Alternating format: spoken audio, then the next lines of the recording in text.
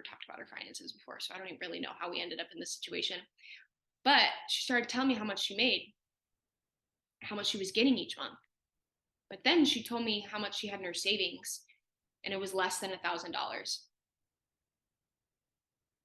And she was probably making close to 80 grand a year, but she had nothing. And so we sat down and we looked at some of her expenses, and I said, or one of the things she said to me as I was like helping her create a budget to knock out some of the debt she had, she goes, well, I need to get my nails done. And I said, not for the next 3 months, you don't, because if you knock this out in 3 months, you're going to have no debt.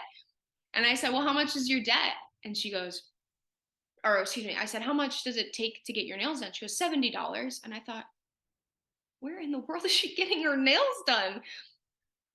And so anyway, I said, well, if you want to knock this debt out, you need to say no to that for a little bit. So it's a behavior thing. It's not a math problem. It was a behavior. And so you're probably laughing, $70? I saw some of you were like, what the heck? Where are you going to get your nails done? But it might be nails for her, getting her nails done, but it could be getting coffee or going out to eat with people or traveling or experiences that you spend your money on. And we live in a world that consumes, and spends. And we live this lifestyle where we have to have all the newest and greatest things. So don't think that that couldn't be you. And if you don't believe me, In Charge Debt Solutions, they said that 26% of people from the ages of 18 to 34, so 22%, reported that they had taken a loan from their retirement account. 26% of this age group, our age group, all of us fall into, 26% overdrew on their checking account. That was me. And then 29% were late with their mortgage payments. And I just want to say it doesn't have to be this way. And that's why I want to talk about and encourage you guys to have a monthly budget, because one of the benefits of having just a simple monthly budget, maybe it doesn't seem simple to you right now, but we'll get there, is it helps you save for expenses and emergencies. Take COVID, for example, 2020. Everyone was locked down. That was an incredible emergency that no one saw coming. And many people freaked out. They didn't have any money in their account. They didn't have any sort of savings. Emergencies will happen. Things will happen. Your car will die. We talked about prior to this Zoom officially starting, I saw someone on the side of the road that their car was literally on fire. I hope they have insurance, but just to say they might need to rent a car for a little bit, and maybe their insurance doesn't cover that. I don't know. It's good to have that set aside. Also, having a monthly budget just helps you minimize expenses. Now, let's say you like to get coffee, right? This girl, Amanda, loves to get her nails done. Now, maybe after she gets out of debt, she could get her nails done. But maybe she doesn't need to spend $70. Or maybe you enjoy getting coffee, like I just mentioned, or you found, oh my gosh, I looked at my bank account and it said I spent $100 on coffee this past month.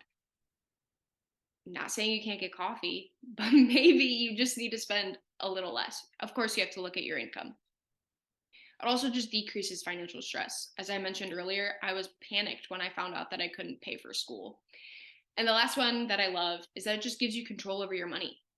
Another Dave Ramsey quote that I enjoy is, a budget is telling your money where to go instead of wondering where it went.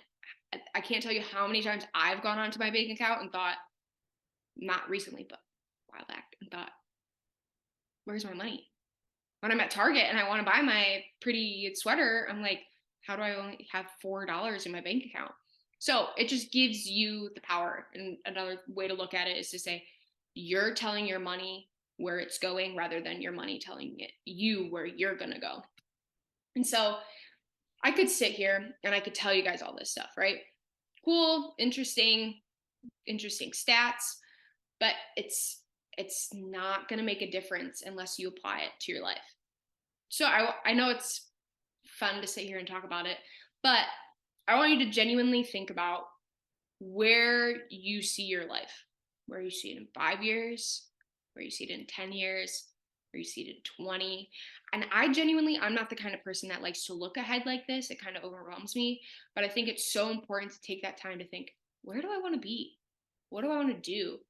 And perhaps you see marriage in your future, or you see kids, or you see experiences or stability for your family, or having the ability to be generous to people, or a retirement. You have to think of those things and you have to say, okay, if that's the end goal, I have to start taking steps now. We're not just going to get to retirement and money's not just going to be there. We have to have the discipline now, even though it seems so far away, to say, hey, I want to have that 30, 40 years, 50 years down the line. This is what I'm going to do. And so so that's what's beneficial about it. You have to know why you're doing it, but how do you do it? Well, one way I would recommend is having a zero-based budget. Now, I'm just going to quickly show you.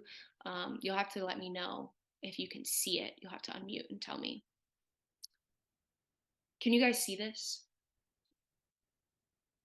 Yes. Yes? Okay, cool. I do, yeah. Cool.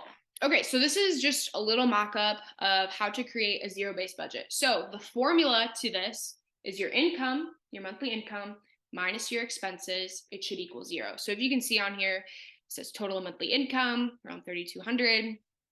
All of this are the expenses and 0. So everything has a line item, from groceries to your phone bill to your gas. See, you could say, oh, I know gas is around this much, but as we've seen, gas fluctuates. So you might have to up it, you might have to lower that. You look on here, one thing that I thought was a great example is a travel fund. You say, okay, next year I want to go to Mexico. All right, start saving, start planning for that. On here it says loans. Got some debt to pay off. This is a great way to tackle it. Our loans are not just going to get paid off. You might have a loan for X amount of years, in your contract, but what if you could pay it off sooner? So that is just one way to budget. But of course, there's many other methods, but that's one I find effective, because the way I like to look at it is to say every dollar has a home. My mom used to say to me as a kid, and it irritated me like crazy with my toys. She'd be like, everything has a home. And it was really annoying. But how I look at the budget is just say every dollar has a home. So if you have a bunch left over, throw it in your savings, increase your retirement, put a down payment on a house. There's places it can go. And I do want to say, this takes a minute. When I first started doing this, I remember being so irritated. But now I have an app on my phone that helps me do it, and I can do it in bed. Actually, it just repeats itself, and I make a couple adjustments. It probably takes me 5 minutes. So it used to be so stressful, I don't even think about now. I think that one of the things I also want to say is just ask yourself, how do you view money? That's a huge thing. Obviously, we all grew up with different upbringings, different financial situations, different, whether you were raised by your parents or other people or socioeconomic statuses. So do you view it as a tool? Do you view it as a means to an end? Perhaps you view it as something for you and you only, and no one else needs to be involved in that. Or do you view it as a gift? And there's so many ways someone can budget. As I just mentioned, there's so many ways that someone can handle their finances. But what I want to leave you guys with is just to say, as Christians, I think it's important at the end of the day to remember that everything comes from God. So your talents that you have, those come from God. Your abilities and your ability to accomplish certain things, that comes from the Lord. Some of those strengths that you have, that's not by accident, it comes from God. And so that's the same thing with money. And so your paycheck might say your name on it, and your paycheck also might say your employer's name on it. But I think it's important to remember where that money comes from in the first place. So what I want us to think about is, what would happen if we all handled our money in a way to say, and we remembered and we were mindful to say, this isn't mine. I'm just asking to be a manager of it. I'm just asking to steward it. You think of the saying of, like, if you borrow something, oh, put it back, or keep the place better than you found it, and things like that, where it's like, God, how can I use this money in a way that was like better than when you gave it to me? Not just sitting for selfish reasons in my bank account or doing whatever I want, but how can I use it in the way that you intended it? And so I will leave you with this, and it's this verse, and it's Psalm 16, verse 2. And it says, I say to the Lord, you are my Lord. Apart from you, I have no good thing. Thanks, guys. That's all I have for you.